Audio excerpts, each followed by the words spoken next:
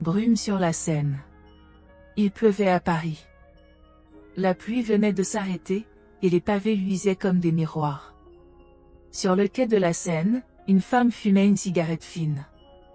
Elle s'appelait Hélène. On disait d'elle qu'elle était belle, dangereuse, et insaisissable. Pour certains, elle n'était rien qu'une conseillère brillante. Pour d'autres, elle était une tentation. Son téléphone vibra.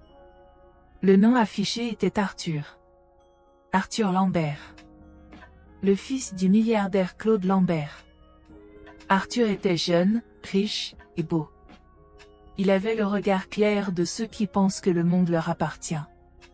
Sa voix au téléphone était légère. « Tu as disparu », dit-il.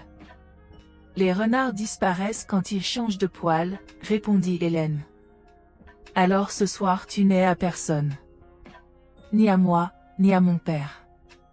La vraie question n'est pas à qui j'appartiens, dit-elle doucement. La vraie question est de savoir si tu oses parier. » Arthur rit, un rire nerveux. « J'ose, dit-il. Demain à midi, terrasse du Ritz. J'apporte le champagne, tu apportes l'histoire. » Hélène raccrocha. Son deuxième téléphone vibra à son tour. Un message court apparaissait. Conseil avance à 10 heures. Venez. C'est Lambert. Le père. L'homme de pouvoir. Deux hommes, père et fils. Et elle, au milieu, comme une flamme qu'aucun vent n'éteint. Hélène se souvenait de la première rencontre avec Claude. C'était dans une salle de réunion froide, devant un dossier compliqué. Une acquisition bloquée par des rumeurs et des jalousies. Elle avait parlé doucement, mais avec des yeux vifs. En 3 semaines, le problème avait changé de visage. Claude lui avait tendu une coupe de champagne. « Paris a besoin des dangers polis », avait-il dit. « Vous êtes un danger très poli. » Arthur avait souri avec insolence. « Père, attention, les dangers polis volent les royaumes pendant qu'on dort. » Depuis ce jour, Hélène avait appris à lire leur musique. Avec Claude, le rythme était lent, sérieux, stratégique. Avec Arthur, tout était rapide, lumineux, excessif. Et elle savait donner à chacun le miroir qu'il cherchait. Fin avril, un matin clair, Hélène regarda une petite bande blanche dans sa salle de bain. 2 lignes nettes. Elle était enceinte. Elle resta immobile, son cœur battait fort, mais son visage restait calme. Elle se servit un verre d'eau pétillante et s'assit près de la fenêtre. Elle ne dit rien à personne. Pas encore.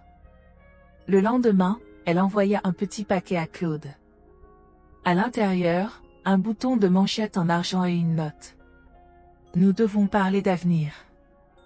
Le soir, elle laissa volontairement une carte d'hôtel dans l'appartement d'Arthur. Sur la carte, un baiser rouge et une phrase. « Veux-tu apprendre à perdre avec élégance ?» Elle ne donna pas d'explication.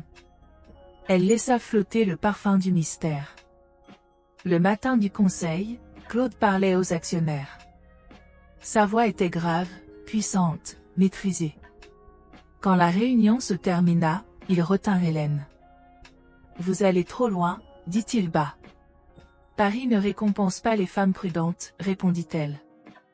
Si vous voulez une vraie place, il faut cesser de jouer avec le feu.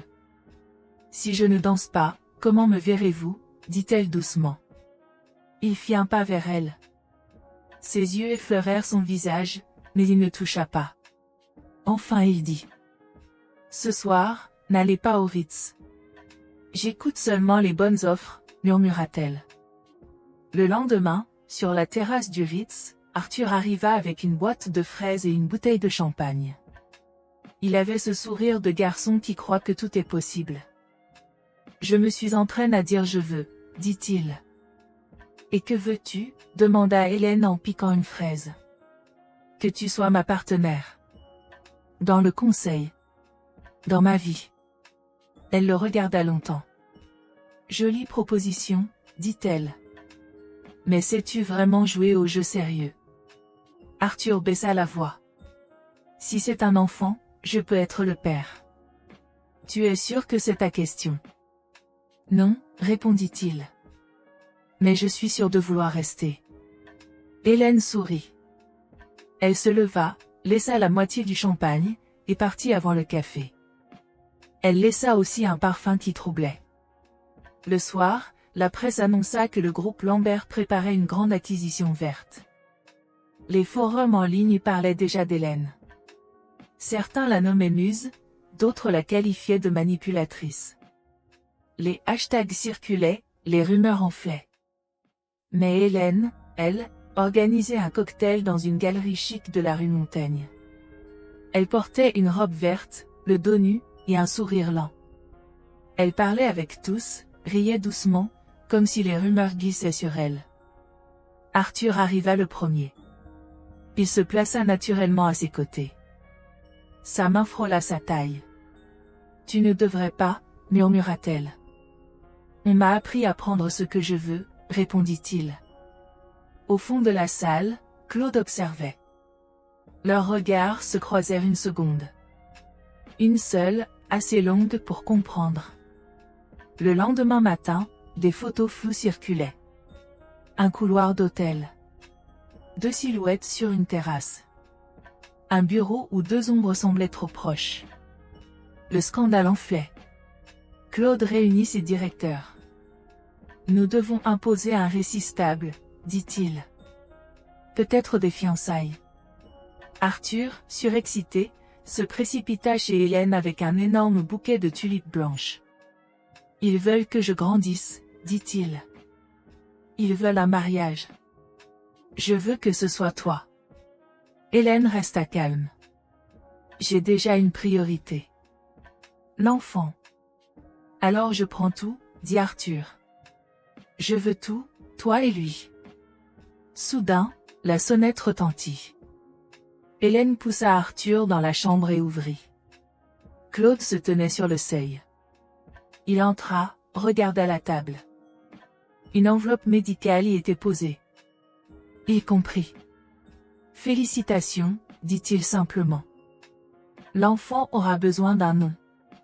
Choisissez le plus sûr. » Un bruit discret sortit de la chambre. Claude entendit. Il comprit encore plus. Il sourit, cruel et tendre à la fois. « Je vous souhaite le meilleur.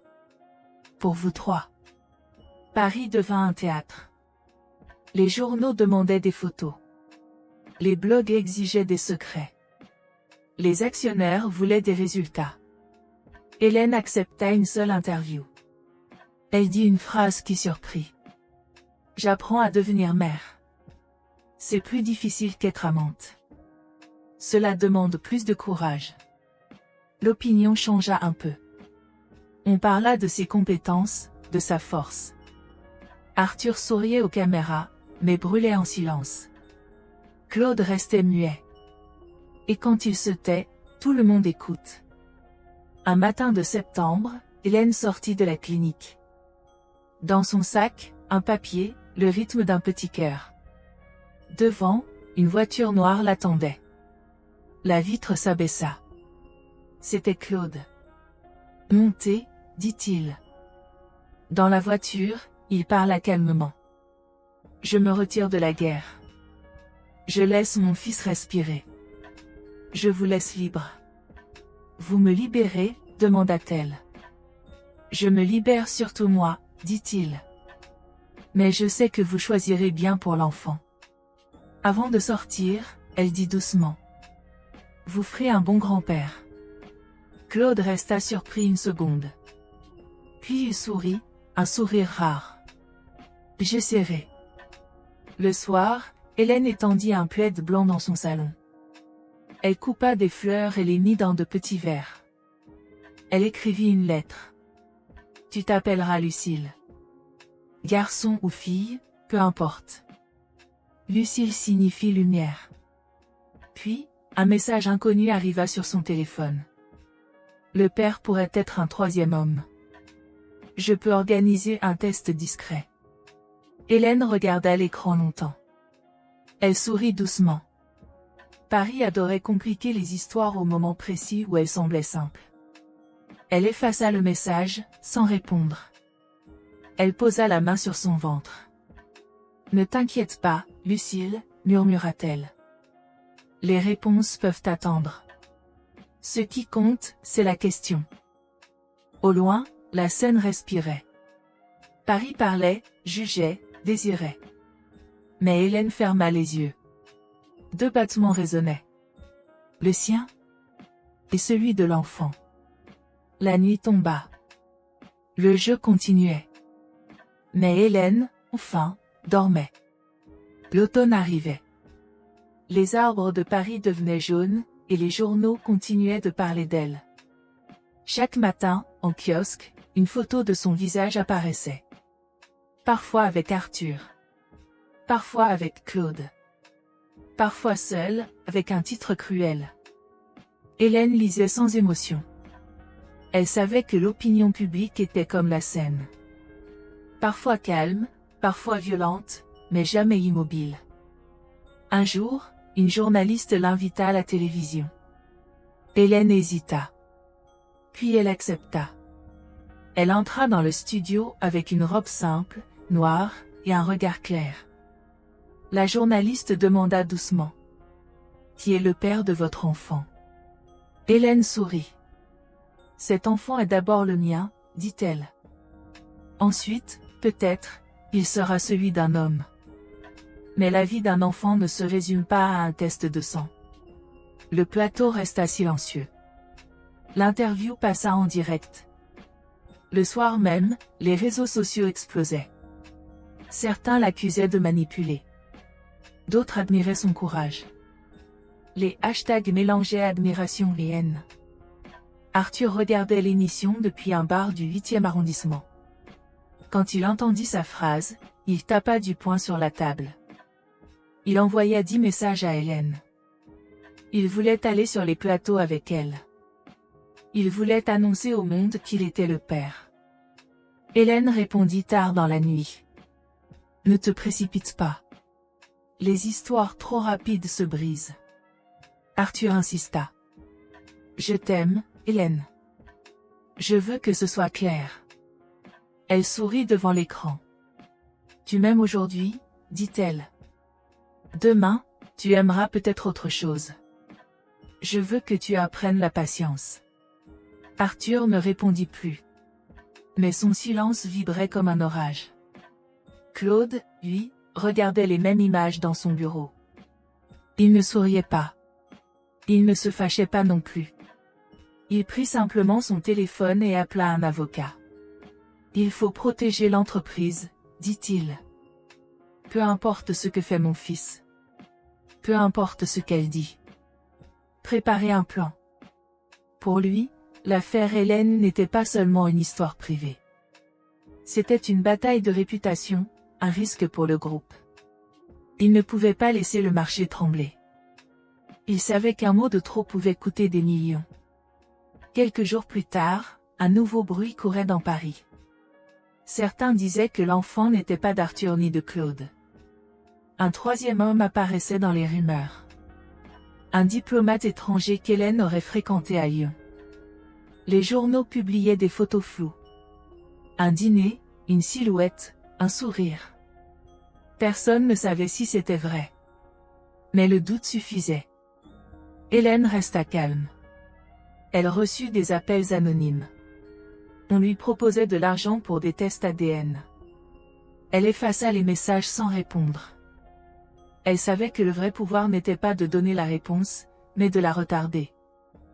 Un soir d'octobre, elle retrouva Arthur sur une terrasse au Marais.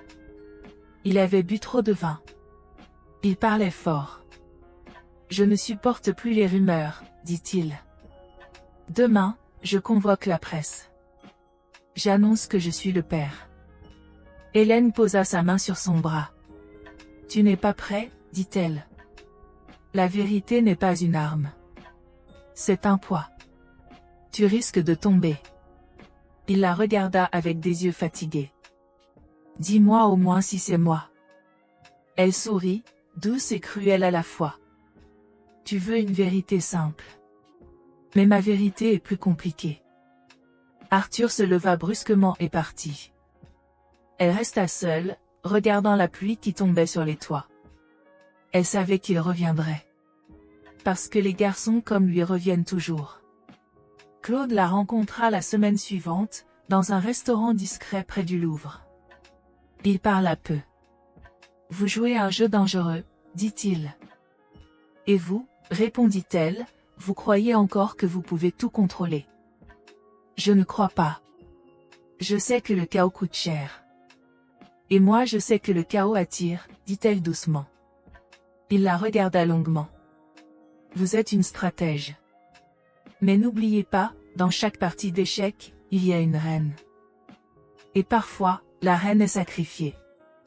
Hélène leva son verre de vin rouge. Peut-être. Mais parfois, c'est la reine qui renverse le roi. L'hiver approchait. Hélène préparait la chambre de l'enfant. Elle choisissait des draps blancs, des rideaux clairs, une petite lampe en forme d'étoile. Elle parlait doucement à son ventre. Elle disait. Tu t'appelleras Lucille. Tu porteras la lumière, même si le monde reste sombre. Mais dehors, le monde s'agitait. Les journalistes attendaient devant son immeuble. Les paparazzis suivaient chacun de ses pas. Arthur continuait à envoyer des messages. Claude continuait à manœuvrer en silence. Et les rumeurs du troisième homme revenaient sans cesse. Hélène souriait. Elle aimait cette tempête. Elle savait que plus le mystère durait, plus elle gardait le pouvoir. Un soir, alors que la neige commençait à tomber, elle écrivit une phrase dans son journal. L'amour est une promesse fragile. Le pouvoir est une promesse cruelle. Mais être mère, c'est une promesse sans retour. Elle referma le carnet. Elle posa la main sur son ventre. Dans le silence, deux battements résonnaient. Le sien, et celui de l'enfant. Paris pouvait juger, parler, inventer. Elle avait déjà choisi. Elle resterait libre, quoi qu'il arrive. Et le mystère continuerait. Parce que le mystère, c'était sa plus grande force.